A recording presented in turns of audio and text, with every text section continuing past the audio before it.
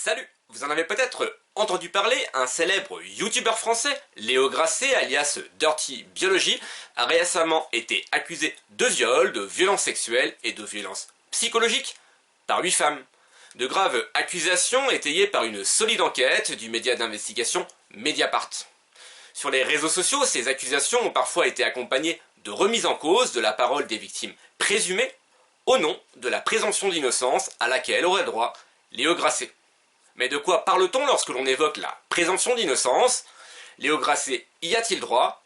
Et pour mettre les pieds dans le plat, la présomption d'innocence nous autorise-t-elle à considérer les victimes présumées comme potentiellement coupables? C'est tout l'objet brûlant de cette vidéo. Avant de parler de la présomption d'innocence, quelques mots tout d'abord sur l'affaire Léo Grasset. Le 23 juin dernier, le média d'investigation en ligne Mediapart a publié sur son site internet une longue enquête qui relaie de lourdes accusations contre l'un des plus gros youtubeurs français, Léo Grasset. On parle là d'une accusation de viol et d'accusation de violences sexuelles et psychologiques.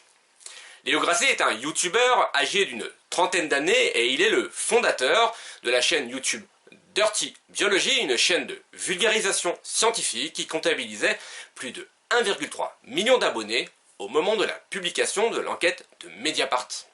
Selon mes propres constatations, Léo Grasset aurait perdu au moins 60 000 abonnés depuis. Au total, ce sont 8 femmes, youtubeuses elles aussi, qui accusent Léo Grasset de violences sexuelles et psychologiques. Autant vous dire que, vu sa notoriété, l'enquête de Mediapart a fait l'objet d'une bombe dans le milieu du YouTube français. 3 femmes, toutes vidéastes, ont choisi de s'exprimer à visage découvert. Les autres, dont Lisa, c'est un pseudo, qui accuse le youtubeur français de viol, ont préféré l'anonymat par peur de représailles ou de harcèlement. Il faut aussi souligner, et c'est important, qu'à ce stade, aucune plainte n'a été déposée et que Léo Grasset conteste totalement, ce sont ses mots, les accusations dont il fait l'objet, les qualifiant d'allégations. Alors pour celles et ceux qui n'ont pas pu accéder à l'article de Mediapart, car oui, Mediapart est un média payant, je précise qu'une émission vidéo de Mediapart d'une durée de 45 minutes est entièrement consacrée à cette enquête et donne la parole aux 3 youtubeuses qui ont choisi de s'exprimer à visage découvert. Et je vous mets le lien de la vidéo dans la description. L'objet de cette vidéo n'est pas de revenir en détail sur les accusations portées à l'encontre de Léo Grasset, même si je peux vous en donner les grandes lignes. D'autres youtubeurs l'ont déjà très bien fait, comme par exemple Hugo Décrypte qui vous le résume en 5 minutes, ou encore Psyodélique qui détaille largement ses accusations. Je vous mets également les liens dans la description. En quelques mots donc, l'enquête de Mediapart relaie les accusations de 8 femmes, parmi lesquelles Lisa, qui accuse Léo Grasset de l'avoir violée fin juillet 2016 alors qu'elle devait avoir environ 19 ans. Elle décrit une scène violente, donc attention aux mots que je vais employer, durant laquelle Léo Grasset aurait, selon elle, ce sont ses mots, maintenu ses mains autour de son cou pour la pénétrer avec des coups très forts. Alors oui, Lisa garde l'anonymat, mais les journalistes de Mediapart croisent son témoignage avec les témoignages de plusieurs de ses proches, dont sa mère, qui aurait reçu ses confidences dès 2016. Plusieurs youtubeurs affirment par ailleurs à Mediapart que dès 2016, Léo Grasset aurait mené une véritable entreprise de décrédibilisation de Lisa au sein du tout petit milieu des youtubeurs faisant de la vulgarisation scientifique. Alors l'enquête de Mediapart relaie par ailleurs le témoignage de la youtubeuse Marine Perrin, Marinette sur YouTube, qui dit avoir subi des violences sexuelles de la part de Léo Grasset durant l'été 2018. Au cours d'un rapport sexuel consenti, celui-ci aurait refusé de stopper leur rapport sexuel pour qu'elle puisse retirer sa coupe menstruelle. Et enfin, dans cette enquête, 6 femmes évoquent des violences psychologiques générées par le youtubeur de Dirty Biology. Ces violences psychologiques auraient, selon elles, causé des dommages physiques et psychiques. On parle là toujours, selon plusieurs femmes, d'une forme d'emprise pouvant aller jusqu'à les laisser en état de choc. Plusieurs youtubeurs qui ont pu, au fil des années, devenir les confidents d'au moins 5 de ces femmes ont accepté de témoigner à Mediapart, comme par exemple Théo de la chaîne Balade Mentale. Plusieurs milliers de personnes, si ce n'est plus, ont témoigné leur soutien à ces 8 femmes. Mais malheureusement, comme c'est souvent le cas dans ce genre d'affaires, la parole de ces victimes présumées a pu être remise en cause au nom de la présomption d'innocence, à laquelle aurait droit Léo Grasset. Alors parfois l'argument de la présomption d'innocence est clairement énoncé, et parfois il n'est que sous-entendu. Mais globalement il est assez facile de repérer son utilisation, car il repose sur une idée simple. Puisque Léo Grasset est présumé innocent, autrement dit que l'on considère qu'il n'a rien fait, jusqu'à preuve du contraire, c'est peut-être que les victimes supposées ont quelque chose à se reprocher, voire mentiraient. Alors, Léo Grasset est présumé innocent, et comme il ne peut y avoir qu'un seul innocent, les victimes deviennent donc présumées coupables. Alors, sur les réseaux sociaux, comme j'ai pu le constater, tout est bon pour remettre en cause la parole des victimes. Comme ici, lorsqu'un certain Julien écrit, je cite, « Bon ben, première constatation, Léo aime les moustaches. » Fin de citation. Une manière de mettre en doute la véracité des faits rapportés en s'en prenant au physique des victimes, en mode « Comment un beau gosse comme Léo Grasset aurait pu s'en prendre à des filles aussi moches, lui qui peut avoir toutes les filles qu'il veut. » Je peux aussi mentionner cet autre commentaire, citation, « Encore des paroles de femmes hystériques. » Fin de citation, qui repose sur la même logique, remettre en cause la parole de ces femmes en mettant en doute leur état psychique. Alors une autre manière de mettre en cause la parole des victimes consiste à qualifier leurs propos de simples accusations. Comme ici, citation, on en est là. De simples accusations, sans enquête, sans jugement, sans rien, suffisent donc maintenant à envoyer quelqu'un au bûcher. Avec cette réponse tout aussi édifiante. Apparemment, tu comprends, il faut croire toutes les victimes. Fin de citation. Et à chaque fois, la logique est la même. Il s'agit de tenter de faire taire les victimes présumées.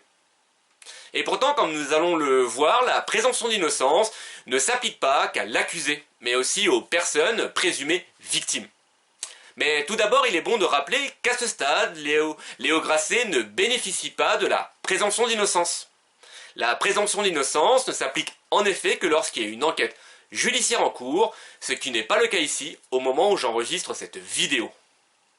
Mais faisons comme si la présomption d'innocence s'appliquait déjà à Léo Grasset, car de nombreuses personnes n'attendent pas d'éventuelles poursuites judiciaires pour la brandir dans le but d'essayer de mettre en cause la parole de ces 8 femmes. La présomption d'innocence signifierait que Léo Grasset est d'abord considéré comme innocent, autrement dit, qu'il n'a rien fait. Pour que Léo Grasset soit éventuellement un jour condamné, il faudrait pour commencer des poursuites judiciaires et ensuite démontrer qu'il est bien coupable. Mais il faudrait surtout que sa culpabilité ne fasse plus de doute. C'est là-dessus que repose effectivement la présomption d'innocence. Ce n'est pas à la personne accusée de prouver son innocence. Et le but est très clair, il s'agit d'éviter au maximum les condamnations d'innocents. Et plus la présomption d'innocence est forte, moins la probabilité d'une erreur judiciaire est forte. Car encore une fois, il faudrait démontrer que Léo Grasset est vraiment coupable. Ce principe est donc essentiel. Mais si Léo Grasset était considéré a priori comme innocent, le bon sens voudrait donc que l'on suspecte les victimes supposées d'avoir menti. Car vous en conviendrez, il ne peut y avoir qu'un seul innocent. Oui, mais c'est là que ça devient passionnant, car en réalité, la présomption d'innocence ne s'applique pas qu'à l'accusé. Elle s'applique aussi aux victimes présumées. Les victimes présumées sont elles aussi présumées innocentes. On doit donc considérer qu'elles ne mentent pas. C'est donc ça en réalité la présomption d'innocence, allier deux principes contradictoires, considérer l'accusé comme innocent jusqu'à preuve du contraire, et croire les victimes supposées. Et sur ce sujet, je vous invite vraiment à regarder cette vidéo passionnante de l'habile philo. J'y ai appris énormément de choses et je vous mets aussi le lien dans la description. En ce qui concerne les accusations portées contre Léo Grasset, si on applique la présomption d'innocence, cela signifie qu'il ne faut pas attendre qu'un jugement soit rendu pour traiter les victimes supposées comme des victimes. Elles doivent en réalité être vues dès à présent comme des victimes. Et en tant que victimes présumées, il faut d'abord les croire. Toutes les victimes présumées doivent être crues, n'en déplaise à certains. Elles ont donc le droit d'être écoutées, d'être pleinement soutenues et aidées. Et cela n'envoie pas Léo Grasset au bûcher, comme j'ai pu le lire, puisqu'il ne doit pas être considéré pour autant comme coupable. Je rappelle encore une fois que ce n'est pas à lui de démontrer son innocence. Bien au contraire. Dire aux victimes donc que on vous croit ne revient pas à faire condamner Léo Grasset. C'est dire en réalité à ces 8 femmes, oui, on vous croit, mais cela n'est pas suffisant. Il faut qu'on en soit certain, et en l'état, on ne l'est pas. Il va donc falloir apporter des preuves. Léo Grasset a parfaitement le droit de ne pas répondre à Mediapart, ni à la presse, ou à l'inverse, s'il le souhaite, de s'exprimer publiquement sur l'affaire. Et ces 8 femmes ont parfaitement le droit, elles aussi, de porter des accusations et de s'exprimer publiquement sur ce qu'elles disent avoir subi. Elles doivent être écoutées et rien ne peut venir entraver leur prise de parole. Il ne s'agit donc pas de simples accusations, comme j'ai pu le lire, mais d'accusations tout court. Le principe de la présomption d'innocence s'applique aussi à elles. Elles sont présumées honnêtes et victimes. Point. Donc il faut être bien catégorique là-dessus. La présomption d'innocence à laquelle aura droit Léo Grasset en cas de poursuite judiciaire ne peut pas nous autoriser à considérer les victimes présumées comme étant potentiellement coupables. Ne mettons pas Léo Grasset au pilori, mais permettons à ces femmes qui accusent le youtubeur de s'exprimer pleinement. Alors pour finir cette vidéo et en soutien à leur prise de parole, j'aimerais ici les nommer. Elles sont 8. Lisa, Marine Perrin, Jeanne, Chloé, Émilie, Manon Bril, Diane et Clotilde Chamussy. On vous croit. Alors si vous avez aimé cette vidéo, eh bien n'hésitez pas à la partager, à la commenter et à vous abonner, si ce n'est pas déjà fait, à la chaîne YouTube de l'Actu qui chauffe. Et j'en profite aussi à nouveau pour remercier toutes celles et ceux qui me soutiennent chaque mois et qui me permettent de poursuivre ce travail. Merci beaucoup et à bientôt. Allez, salut!